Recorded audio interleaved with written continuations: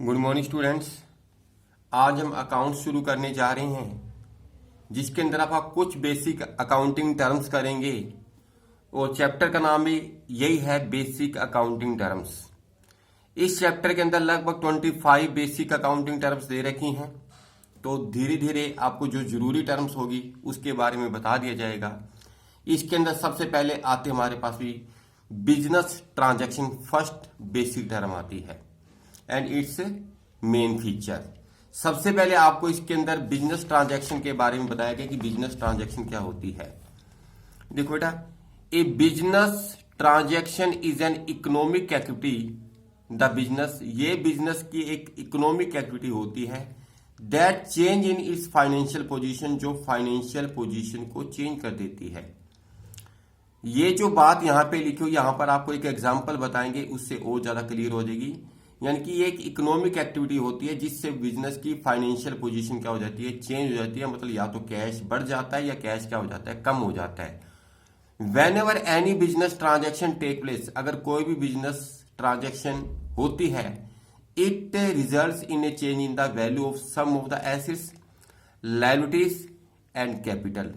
कुछ एसेट्स की value change हो जाती है, कुछ लायबिलिटी की वैल्यू चेंज हो जाती है, कुछ कैपिटल चेंज हो जाती है हमारे पास ही। हाँ जी, तो इसके बारे में अगर आप पहले आप एग्जांपल पढ़ोगे तो और ज्यादा क्लियर हो जाएगा। जैसे कि सबसे पहले इसकी फीचर्स के अंदर ये बताया गया है, it involves N economic activity. जैसे कि ऊपर बता दी कि इकोनॉमिक एक्टिविटी होती है। इकोनॉमिक एक्टिविटी जो कैश से रिलेटेड होती है, फाइनेंस से रिलेटेड होती है। For example, when goods are purchase sold for cash और क्रेडिट, और when salary are paid to employees, और interest is paid on money borrow from the bank. देखो क्या एग्जांपल दे रखा है, व्हेन गुड्स आर परचेज, जब गुड्स को परचेज किया जाता है, सोल्ड किया जाता है, चाहे कैश परचेज करे, चाहे क्रेडिट परचेज करे, चाहे क्रेडिट परचेज करे, चाहे कैश सेल करे, कुछ भी किसी भी तरीके से।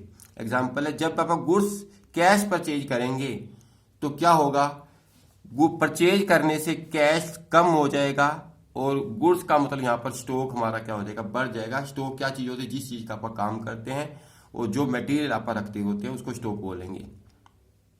When salary are paid to employees, जब एम्प्लॉयज को, जो हमारे अंदर नीचे काम करते हैं, उनको आप सैलरी पेड करते हैं, तो उनको सैलरी देना हमारी लायबिलिटी होती है, और उनको सैलरी पेड करने से हमारी लायबिलिटी कम हो जाएगी और कैश भी क्या हो जाएगा, कम हो जाएगी। इस तरह को बिजनेस ट्रांजैक्शन, एक इकोनॉमिक एक्टिविटी कहा जा सकता है। आगे क्या कहा है, a business transaction social activity are not consider as transaction. किसी भी सोशल एक्टिविटी को ट्रांजैक्शन नहीं माना जाएगा। For example, purchase a gift for his friend, अपने फ्रेंड के लिए गिफ्ट परचेज करना एक ट्रांजैक्शन के अंदर नहीं आएगा। It will not be consider as transaction, it is a social engagement, इसको सोशल एंगेजमेंट माना जाएगा। नंबर सेकंड, मैंने आपको पहले बताया कि जो ज्यादा जरूरी होगा पहले उसके बारे में बताया जाएगा। नंबर सेकंड आता है इवेंट।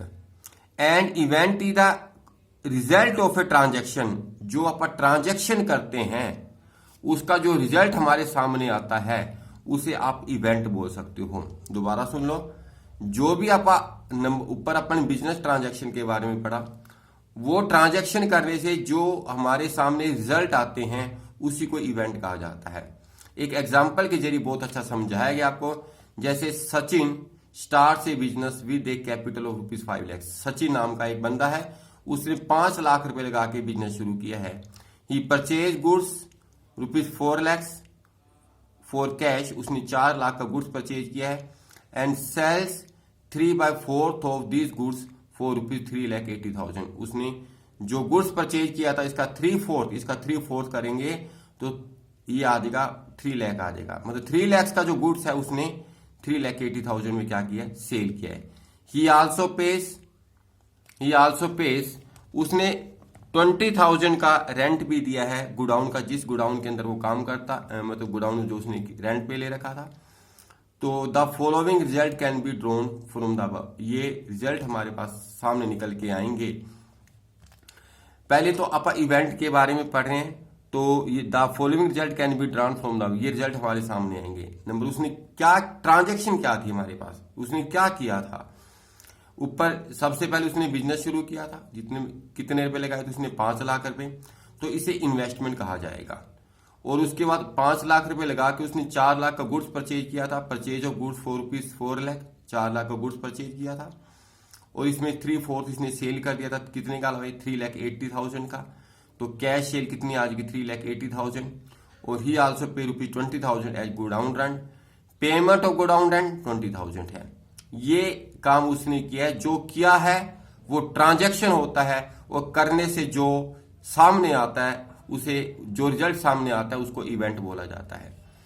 सबसे पहले प्रॉफिट की बात करते हैं। Profit on ₹60,000 computed as under.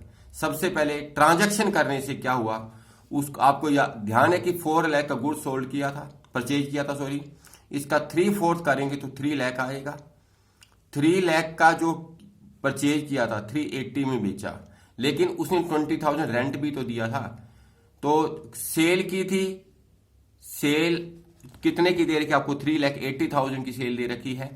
और गुड्स जो कॉस्ट ऑफ परचेज था वो 3 लाख था, 20,000 का गोडाउन रेंट दिया, तो उसका टोटल एक्सपेंसिज होगा 3,20,000 हो गया, जो कि सेल 3,80,000 की, तो 60,000 का प्रॉफिट उसके सामने आ गया। दूसरी बात, closing inventory of ₹1 lakh computed as under है। क्लोजिंग इन्वेंट्री क्या चीज होती है, जो इन्वेंट्री का मतलब होता है जो उसके पास लास्ट में बच गया। उसने कितने का गुड्स परचेज किया था, अगर आपको ध्यान है तो मैंने आपको बताया था कि उसने 4 लाख का गुड्स परचेज किया था। इसका 3/4 करेंगे तो 3 लाख आएगा। मतलब 3 लाख परचेज किया था, 4 का सेल हो गया 3 का।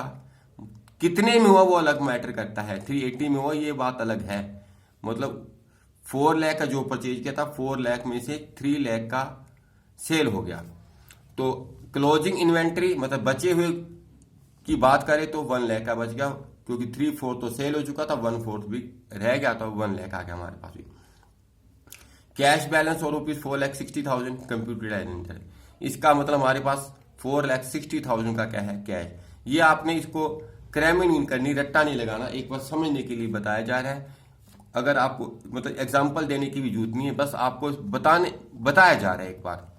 हाँ जी, लास्ट में उसके बाद 4,60,000 बचेंगे, कैसे भला। कैपिटल इन कंट्रीब्यूटेड, उसने शुरू में 5 लाख लगाए थे, और उससे सेल करने से पैसा उसके पास आया भी था, 3,80,000 आया था, 880 उसके पास हो गए। जो चले गए वो माइनस कर दोगे। गुड्स को परचेज करने पर 4 लाख चले गए थे, गोडाउन का रेंट दिया था 20,000, तो 420 चले गए थे, 4,60,000 उसके पास बच गए थे। लास्ट में आता हमारे पास भी capital of ₹5,60,000 computed as under. हमने सबसे पहले प्रॉफिट के बारे में पढ़ा, और उसके बाद क्लोजिंग इन्वेंट्री के बारे में, और उसके बाद कैश बैलेंस कितना बचा उसके बारे में पढ़ा। और अब लास्ट कैपिटल कितनी है, शुरू में जो इनिशियल कैपिटल कितनी थी, उसके बाद 5 लाख इनिशियल कैपिटल के अंदर अगर आप प्रॉफिट को ऐड कर देते हैं तो हमारी कैपिटल आ जाएगी। कौन सी कैपिटल, जो क्लोजिंग कैपिटल हो जाएगी, जो लास्ट में कैपिटल है। जो शुरू में कैपिटल लगाई जाती है उसे ओपनिंग कैपिटल बोलते हैं, जो लास्ट में हो जाती है उसे क्लोजिंग कैपिटल बोलते हैं। तो आज फर्स्ट डे है, तो ये आपने 2 ट्रांजैक्शन कर लेनी है, तो अच्छी तरह से आपने रीड कर लेना है इसको। और बुक जो लेनी है आपने DK गोयल की लेनी है, आपको बता देता हूं मैं, बहुत अच्छी बुक है, बहुत अच्छी तरह से इस बुक के अंदर समझाया गया है। और ये 2 टर्म आपने याद कर लेनी है। Okay, thank you.